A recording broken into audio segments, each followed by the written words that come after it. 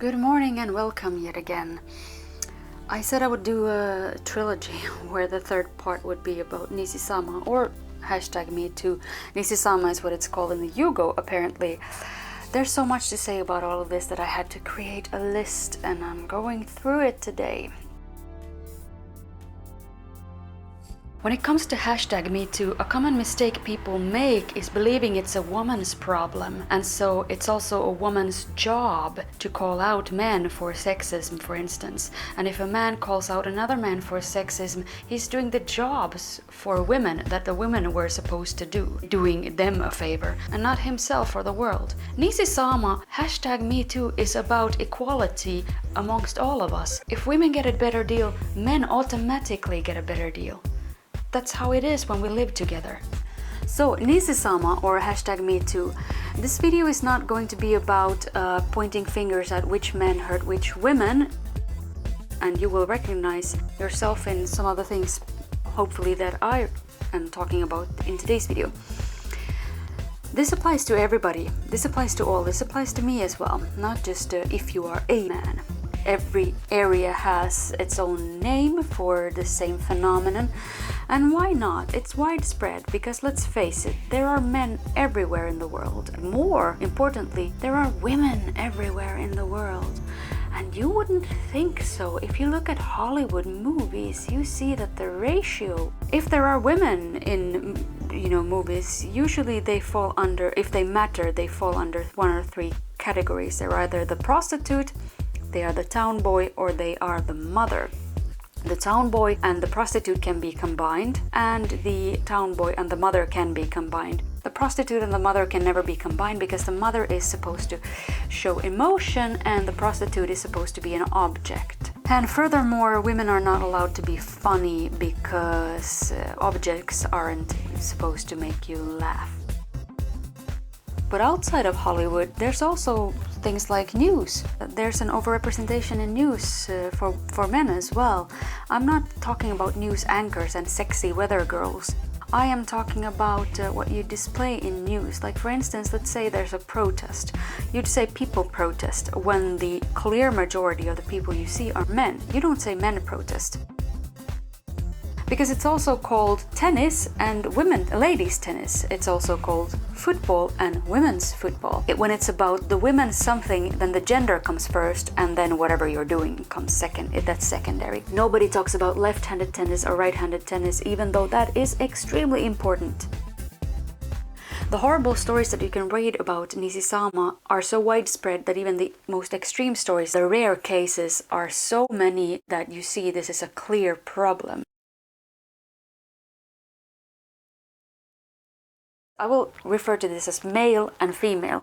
This does not mean man and woman or you and me. It means general idea of masculinity in the culture that I have grown up in, and the general idea of woman in the culture that I have grown up in. I cannot answer for Vanuatu and Kiribati. Number 1.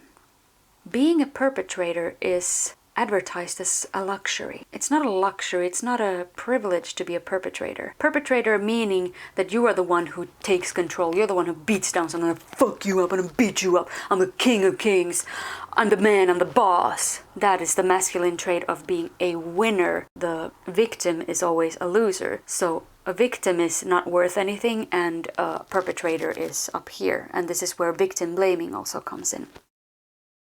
It is not a privilege to diss other people and be disrespectful, even though this is always advertised as something cool. It's cool to be disrespectful, and it is really shameful to be taken advantage of.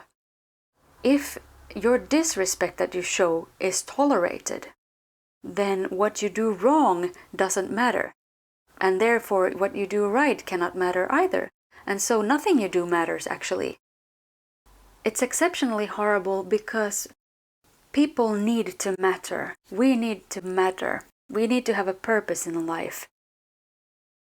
So giving somebody attention isn't a negative thing. Oh, don't give her attention, she's just craving attention. Well, damn straight, we're all craving attention. It's like food. If we don't get it, we starve. So one of the roots to this world that we live in today, I'll start with the statement that male is stagnant and female is mobile. Throughout history, males have established clans and names and countries and territory, and women have been passed around in this male world. A woman needs to be adaptable, she needs to change all the time. She gets a new role in society, and then when she becomes comfortable, she has to have children and form a new role in society. A female really needs to be a 5-star general, adapt to everything, learn constantly. And really doesn't learn anything new because nothing ever changes. Doesn't leave his house, doesn't change his language, doesn't change his nationality, he doesn't move around in general, in history. Lord, forgive her if she makes a mistake, because it will be noticed, which makes her matter a lot, and she knows that she matters a lot, but sometimes she matters a little bit too much for her own good.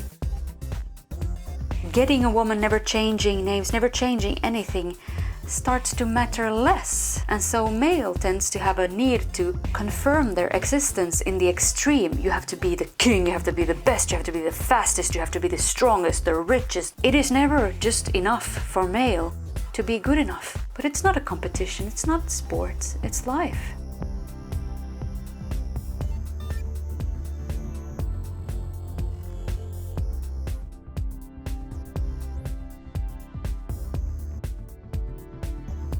Now, point number 2. Actually, I probably made a lot of points here, but it's point number something. Many studies show that male, or in this case men, are less happy than women. They have less close friends, find it more difficult to express themselves and pour out their hearts, and participate less in social activities. Being able to express yourself shows a trust in your fellow human being who is supposed to listen to you. Fronting shows it shows fear that the opponent is going to attack you if you show what's called weakness. Weakness is, to this day, many women have been stuck with men because of force, because societies hold up steady grips of the choices for women. Take abortion, for instance. Men murder and kill, are brave while murdering and killing. Women give birth and are weak, stupid and emotional. Who in their right mind would stay with somebody that respects you so little? But the world of the feminine and the masculine differ. The view in the feminine world is different from the view in the masculine world. It may be also because I care about you, I will stay because I don't want you to be lonely. Loneliness is a disease.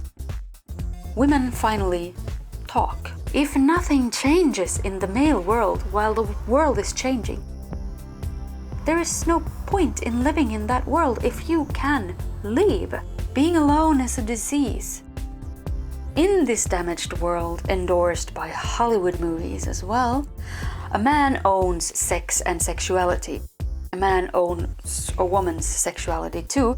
If a woman talks about her sexuality to a man, it is to be assumed that she wants to engage in sexual activity with this particular man. I can vouch for that. I am not allowed to talk about my sexuality because then it means that I'm trying to hit on the guy I'm talking to about it. If I talk to a woman, it is not necessarily seen that I am lesbian. Honestly, if I talk about food with a guy, it doesn't mean that I expect him to cook food for me. How do you even make that assumption?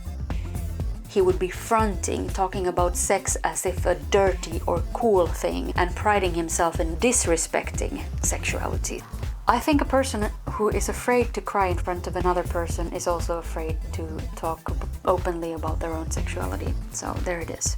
There's so much more to talk about, and I haven't given you any examples of any Nisi or #MeToo examples from my own life. I could go on and on and on. The list is almost endless. If you are interested and you have made it this far, you can leave a comment in the comment section. But for now, I have talked and talked and talked for an endless amount of minutes, and I